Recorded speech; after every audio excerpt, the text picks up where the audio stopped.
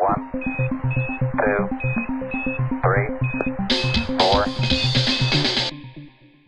Edgehill Brighter Days is an after-school and summer enrichment program ran by Nancy Crutcher. She's the director of I believe it's called the Neighborhood Ministries for the Edgehill United Methodist Church. So the kids come to the church after school and do their tutoring and mentoring, or if they have games for them after they've done their tutoring, or just do different things after they've finished with their tutoring for the day after school. The photo walks, we give the kids disposable cameras, and we pretty much tell them to look for things that interest them, things that stand out, things that they have questions about, things they think are beautiful. Just get them to look around and just see the world and just share what they see with us. So the goal is for the kids to capture their environment from their eyes, not like, because when adults get grown, we see things and we scrutinize things, or we look at things and twist things a certain way. But kids, they have a fresh eye. So they haven't, quote unquote, been ruined by society as much as we have. So they just go out there and they take pictures of whatever they feel comfortable with or whatever they like. So that's pretty much, we just walk around the neighborhood taking photos of those type of things. Basically, we all meet up and then we just kind of have like a little powwow with the kids, just giving them tips and things that they can take pictures of, and just tell them to think outside the box and be creative. And then we just walk around their neighborhood and we have them document things that like either interest them, that tell a story of their neighborhood, that just catches their eye. Just basically teach them about documentary photography and how to tell a story with their photos. Mm-hmm. Okay, well, the first walk that we went on, I just know, because we use disposable cameras with them. So on the first walk, I just remember half of them didn't even walk off premises and they already used all their film up. So they got a little too excited. But the next time around, they were a little better with it. Young kids, you give them a camera and you would study the behavior, right? You would see if people, they genuinely like take pictures or just want to shoot. And that will give us an idea of, okay, we can see the people that we can invest in and help them to improve their craft. And by bringing them in and supporting them through like camera gear, put them more on the walks. And the other people, maybe some people that they do like pictures, but maybe they're good at drones, Mm-hmm. And we support them in their craft. That's what I like the most about it, yeah. This world right now, we're going through a lot of things. I mean, there's a lot of violence. So I like the fact that we're able to interact with them and that we're giving them the opportunity to be kids and explore their creativity. So it's a way of connecting with them through something that we love and we're passionate about. And I think that's just a major gift for me there, that we're able to connect and that we're able to teach them something different and explore their creativity. Well, for me, growing up, art wasn't really taken seriously. It was just kind of seen as just some little hobby. And then when you got older, you just had to get some real job and work your 9 to 5 and blah, blah, blah, blah. So for me, it's important to work with kids in the arts because, one, it shows the importance of art, and to show that it's an outlet that you can use. Like if you're going through something, you can express yourself through art. I do this because I had people that supported me, like my mother and my uncle. He was an artist, and they supported me in doing it. And like some people, was it Lisa, you said some people don't think that it's really like a real thing or art is a real thing. I feel like that too, but I was able to have people that supported me.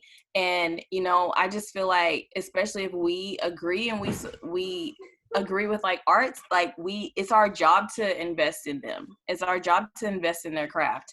But because I feel like it's necessary. I feel like it's necessary for like mental and like emotional stability, because it's an opportunity to give them a way to actually like express themselves. I don't know. I use art as like a form of self-expression, and I just know how much that it helped me. So I want to be like a vessel, and I want to be there for the kids, man. So a lot of times kids think that they can only do the job where the path is already completely laid out for you, versus kids, if you explain it to them and they get started when they're young, they have more options. Just to be able to pour into the kids and pour into the community and just make it to where they can see that they can literally do anything. And I think for a lot of kids, that's a little difficult to see past, especially if like it's not something that you see your parents doing. It makes it seem like it's impossible. So something else that's important, I don't know if we all said this, but like showing the kids community, like the power of community and building community and having friends that like to do other things, and coming together and showing it how important that is, for you to be able to learn something from someone or get together and create something with a group of people that can carry on for the future is important as well. I mainly do photography, and the main thing for me whenever I have a session with clients, friends, is to empower people. So when you're behind the camera and I interact with people, I have the chance to have that connection, I have the chance to tell them that they're beautiful. And I see so many insecurities sometimes and fears and so many things that it's just an honor and pleasure to me to be able to connect with them and be able to tell them this is not true, you're beautiful. That's probably the biggest thing for me. Man, because I was raised, when I see the kids, like when I go out, bro, when I see the kids doing their thing, they not worried. I'm reminded of myself and how I was grew up, because I'm not from here, and the things that I grew up around, it's not beautiful and it's not peaceful, right? And that makes me happy actually seeing, okay, what can I do? What can I provide the community so I prevent that from happening, Because I got to know something. Now I'm going to plant a seed in these kids. Now, if I have family, by the time my kids are their age, these kids are old. These are kids, they're going to do what I have planted in them to take care of my kids. So it's like a cycle, Yeah. That's why I just try to do my best, be my best, and provide for them and, help them in any way possible.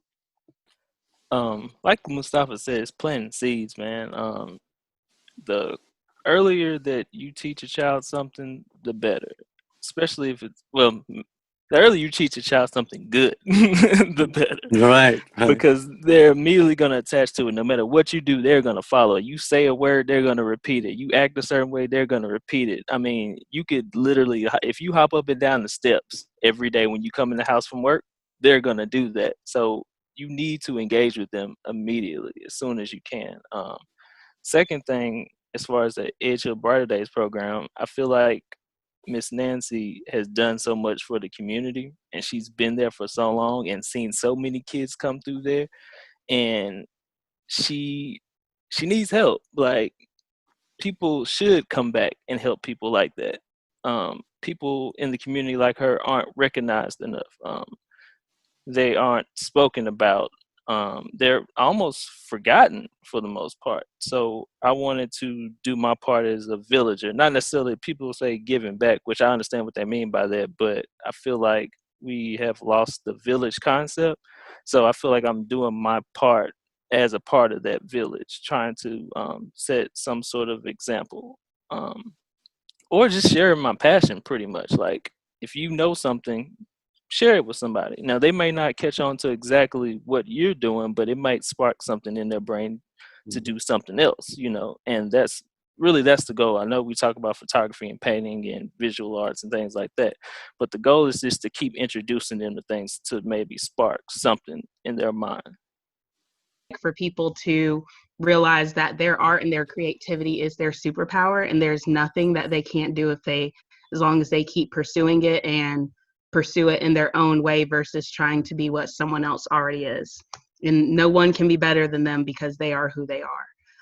That, and also make it to where bridging conversations where people have, they'll have two opposite opinions, but just making it a space where they can safely discuss those differences with each other to gain understanding, even if they don't agree with each other, but at least understand. Saving memories.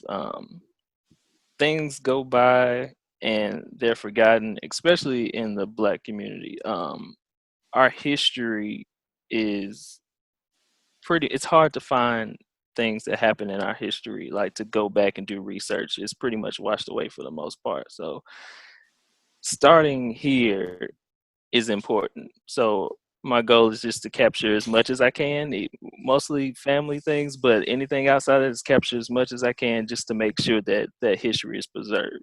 And hopefully that will benefit people in the future somehow. I recently did some research, just as far as like why, for example, there's some people who don't vote. And some of them feel like the reason they don't vote is because it's like, why vote and then just let it happen versus going out and pouring into your community. So the big thing is, if you want change in your community, whether you vote or not, but especially if you're a voter, if you're only voting and doing nothing in your community, it's purely performative. You know, if you want change and you want these things to happen, then you have to go and pour into your community. And that's what this does right here.